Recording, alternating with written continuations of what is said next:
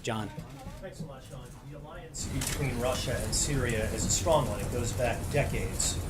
President Putin has supplied personnel, he supplied military equipment to the Assad government. What makes you think that at this point he's going to pull back in his support for President Assad and for the Syrian government right now?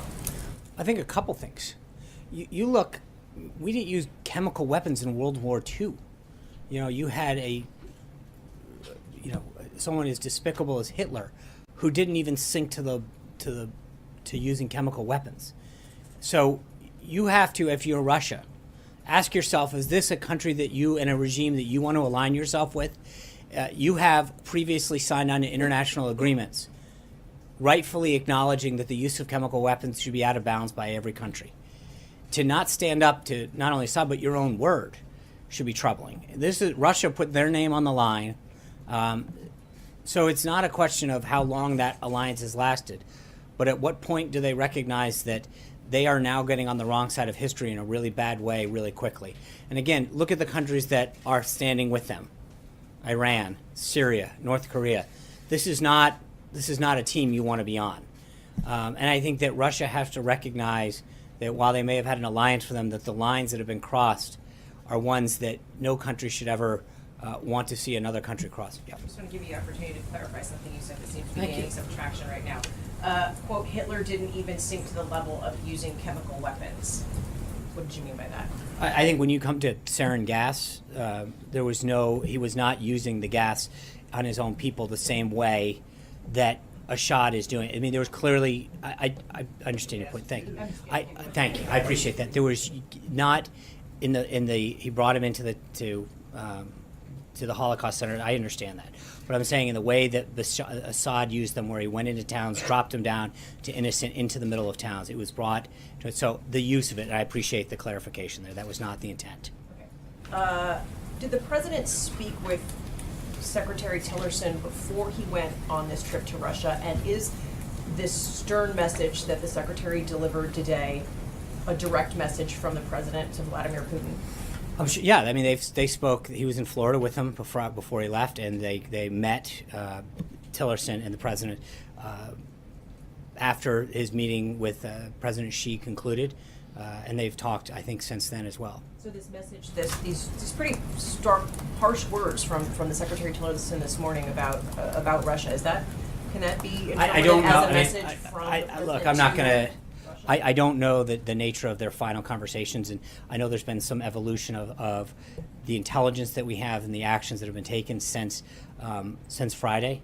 So I don't know where the conversations have laid off, but I think Secretary Tillerson clearly speaks on behalf of the United States in the president's position. John. You said at the top that you hope that Secretary Tillerson would be able to clearly convey to the Russians the sentiments of the U.S. government. Is that enhanced by a meeting directly with the Secretary and President Putin? And if there is no meeting like that, would the President of the United States consider his Secretary of State snubbed by the Russian President? Well, obviously, he's going to meet with Foreign Minister Lavrov. That's his counterpart. I think that's the job of a Foreign Minister and a Secretary of State, to meet with each other. They're the counterparts. And I think that if he didn't meet with President Putin, that he can convey his sentiments and thoughts of the United States to the Foreign Minister. Would the history of Putin meeting with Kerry and previous Secretaries of State influence the President's judgment on that? We'll have to see.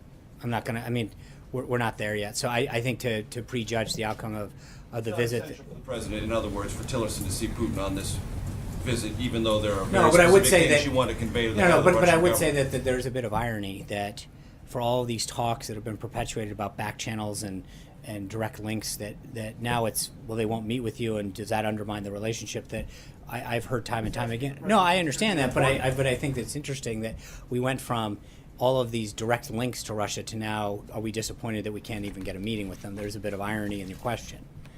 I don't even understand your point. They I'm just- asking you, at a time after the United States has called out Russia for a Right. disinformation campaign in Syria, for collusion with a government it regards as carrying out a war crime, meeting with the Russian president, is it or is it not a priority for this president to have his Secretary of State convey that directly to the He head is of the Russian conveying that government? message, and that's what he's The head of doing. the Russian government. But That's all I'm if asking. the head of the Russian government won't meet with him, then he's going to convey it to his counterpart. And I'm asking you if that... And I just said we're not there yet, but I think right do now, not consider that a snub. No, I think the answer is that he's meeting with his counterpart. That's the appropriate person for him to convey that with, and we'll have to wait and see how the meeting goes.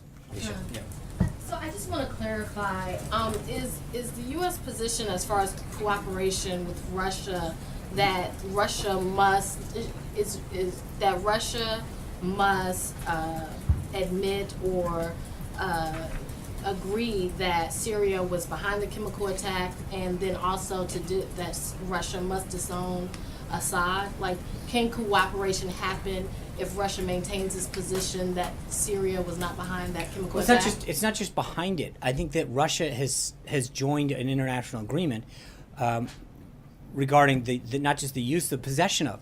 It was Susan Rice who went out and said that Syria no longer had access to chemical weapons. We know that's not true. I think that the United States, Russia, and others signed an international agreement that Syria was part of that said that they would not only use but possess chemical weapons. The first thing that we need to do is make sure that we enforce the existing agreement that Russia is a partner to. That's first and foremost. And I think we need to make sure that we do that because it is in the national interest of the United States to make sure that the proliferation of chemical weapons spreads no further. And that is something that we've got to be very careful. It's not just the deterrence of future use within those people, but also the proliferation of them throughout the world. But at this point, Russia's not even agreeing with the U.S. contention that the Syrian government carried out the attack. So I understand that, first and I must think they- that Secretary Tillerson has just landed a few hours ago, and I think we'll have an opportunity to talk to them. But again, you've got to. This is not. I don't. You know, as I just mentioned to Steve a second ago, I mean, you realize that Russia isn't an island on this. They are not. This is not some big split as to how this actually happened. The only countries that aren't supporting the U.S.'s position are Syria, North Korea, Iran, and Russia. This is not exactly, you know, a happy time cocktail party of people that you want to be associated with. They are failed states with the exception of Russia.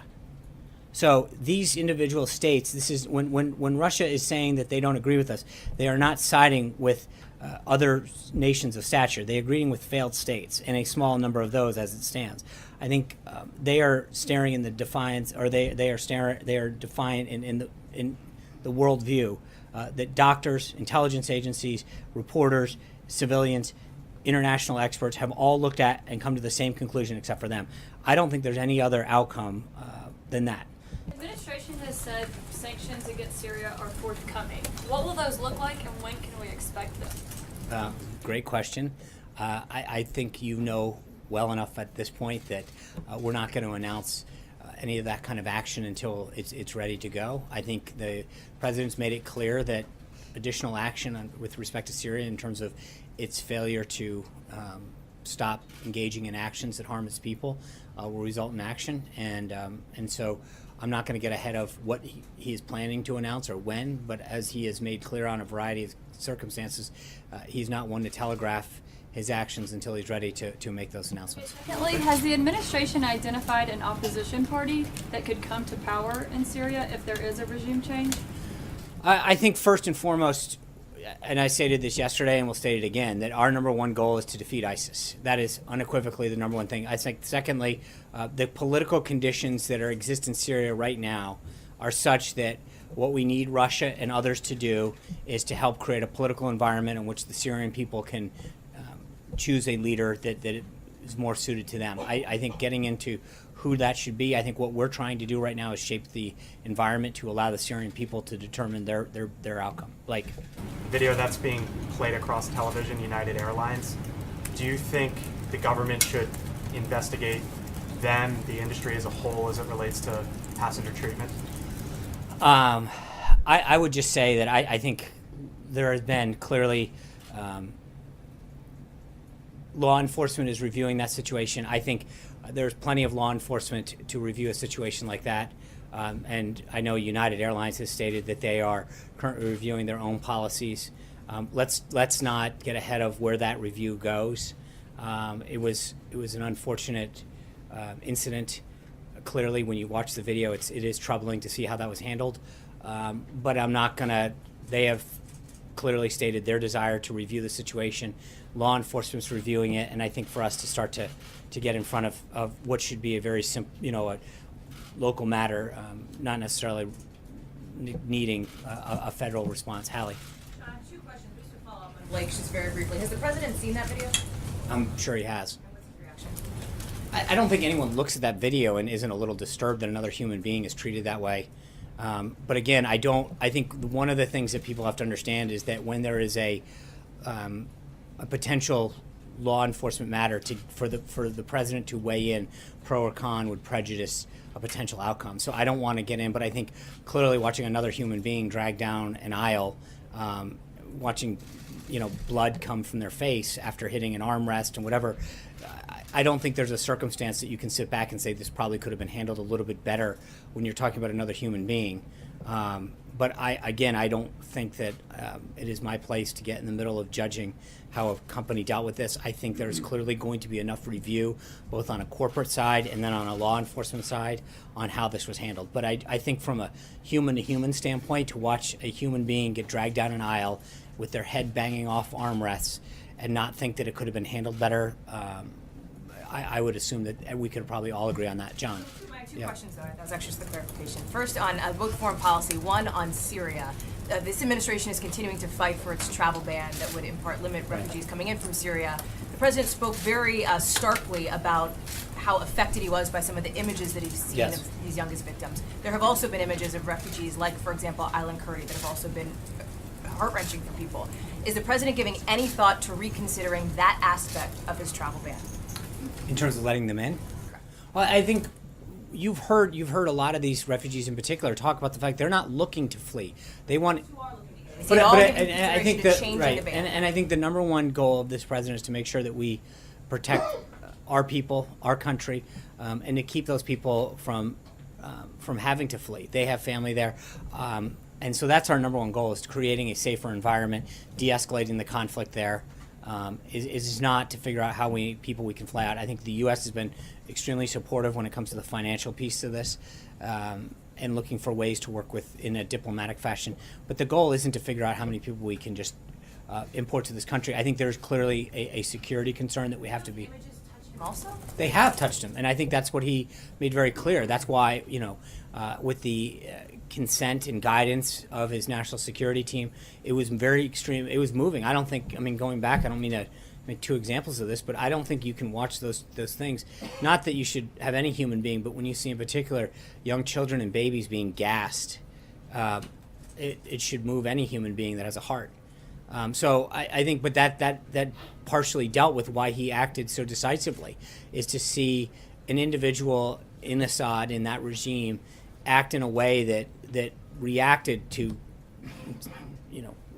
we can't condemn every act, but I think to literally see someone use gas, and it was pointed out, you think about that, it is in the same category as nuclear weapons for a reason. It is that lethal, it is that deadly, it is that horrific, that when you recognize that use of chemical weapons is put in the same category of weapons of mass destruction as so many other things because of what it does to an individual, and the nature of an attack like that even first responders, if you saw some of the tape, were getting grossly affected by this.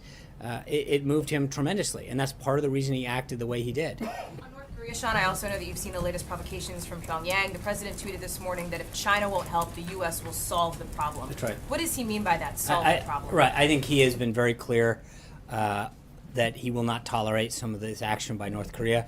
But he's also, to answer your question, I think I've said this before on a variety of topics. The president is not one who's going to go out there and telegraph his response.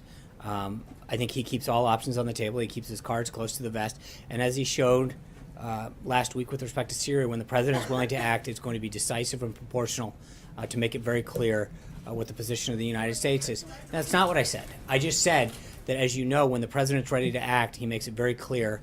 And I think there's no question that when the president is ready to make a statement, he will do that. But I think he has made it clear with respect to North Korea that their behavior and their actions with respect to the missile launches is not tolerable.